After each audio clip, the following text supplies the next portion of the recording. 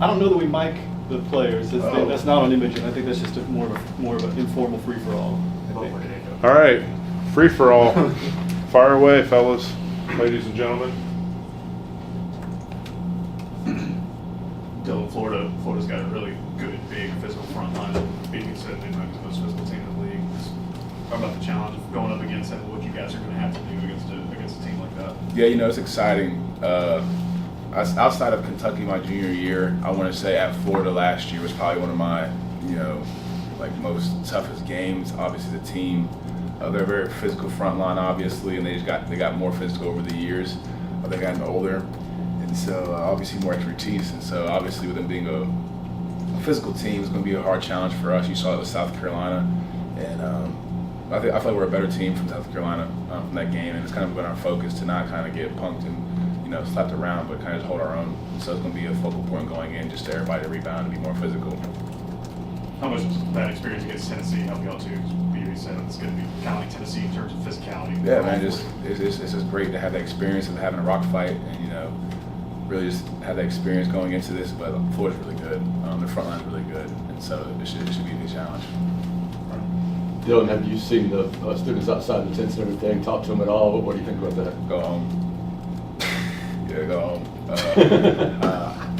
It's my 5th year of Auburn basketball, and I love the camping out of the festivities. But camping out, during the Oklahoma game, before the Florida game, at some point we got to draw a line and go to school. I'm a big fan of it. I love that Auburn basketball has gotten to this point, but like let's get in the shower, brush some teeth, and go on campus or something. I don't know. We're obviously skipping class. We're obviously skipping school, and so I think there needs to be a virtual queuing or something, because this in-person camping out and stuff, it's cool. It's a fun experience, and I love it. I'm a huge fan of it. But I'm not a fan of it, 4 days in advance. Let's, shorten it. Let's have like a, 2-day or 1-day thing rather than a all-week thing. But love the students. Keep it going. So when you're graduating, come back, you won't be camping out with students? Hopefully people will be nice enough to give me a ticket. I'll be on YouTube TV. When it's a game like this where students are camping, obviously every game the crowd is always huge, but is there kind of an extra feeling of anticipation in the building when people have been camping out for? That's a great question. I want to say, obviously, you can kind of feel that, especially the further out they camp, like the Kentucky game last year, the Alabama game last year. But this year the schedule's been so jam-packed where we face a good team every game, and so for us, it's nothing new internally in the locker room. But yeah, like I said, let's just go home and come back when the gates open, not 4 days in advance. Dylan, you mentioned y'all's improvements rebounding since your comments after South Carolina. How do you think that's going to happen for you guys? What have been the focuses? I'm not trying to be funny, but Miles Kelly, somehow just turned into Dennis Rodman overnight. He got, I guess, a double against Texas A&M, but it's kind of been that MO of Janai, the first 10 games of the season, he's averaging 15 rebounds for us, and that's just not sustainable the whole season. At some point, someone else is going to have to step up, and so obviously the guards like Miles coming down and cracking down and getting some, Chad stepping up his rebounding game, and obviously Denver as well. We need the guards to come down and help us out, because we're going to play physical front lines like Florida, like Kentucky, like the Tennessee, to where we're tied up with the bigs. We're going to need the guards to come down and get those free ones.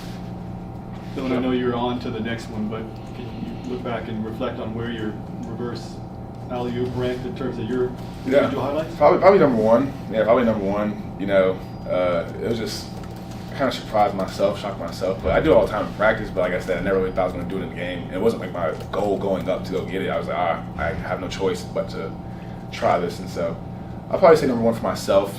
All time Auburn, I'd probably put myself number 10. Yeah, number 10.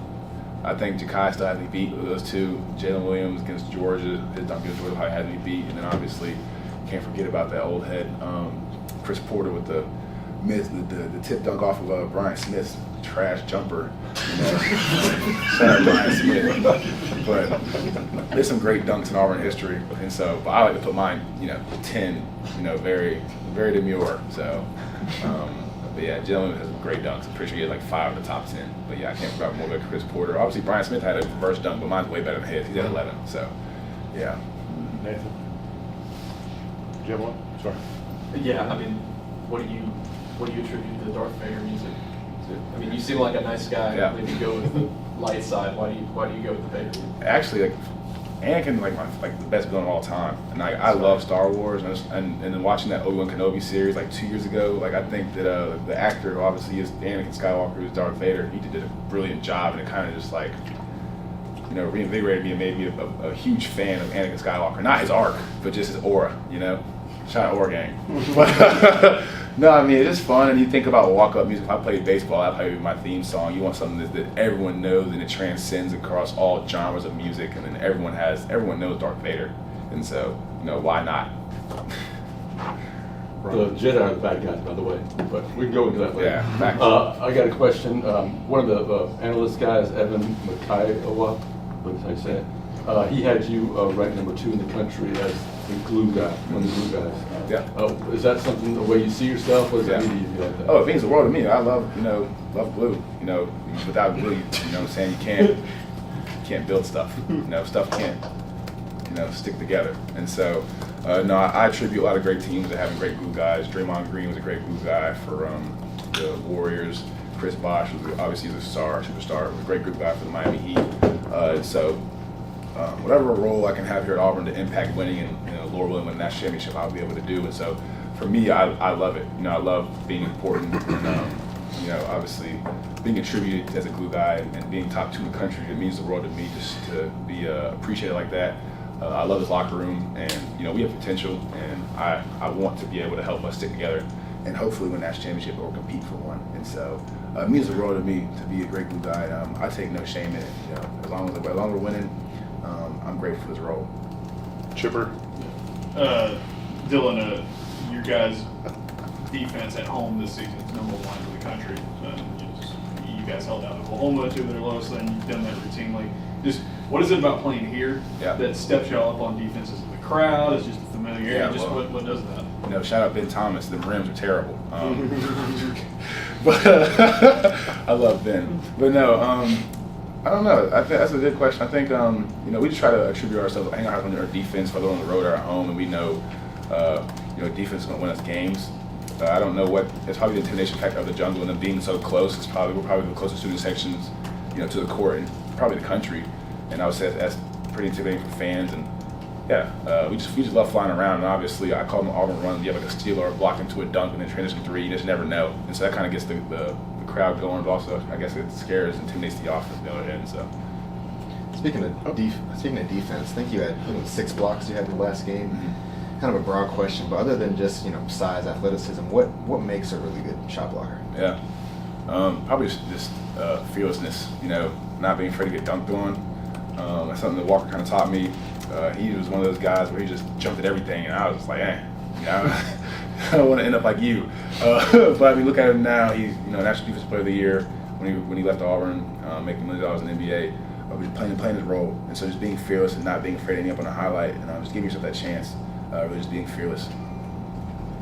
Off of that, you've been trusted to guard the perimeter a lot more this year, especially with that line with Janai. How comfortable are you, especially when you are isolated on the perimeter? Yeah, I'm really comfortable. I went to high school with Cole Anthony, Cam Thomas, and the next year I went with Sharif. We were always playing 1-on-1, so I've had to guard elite guards growing up.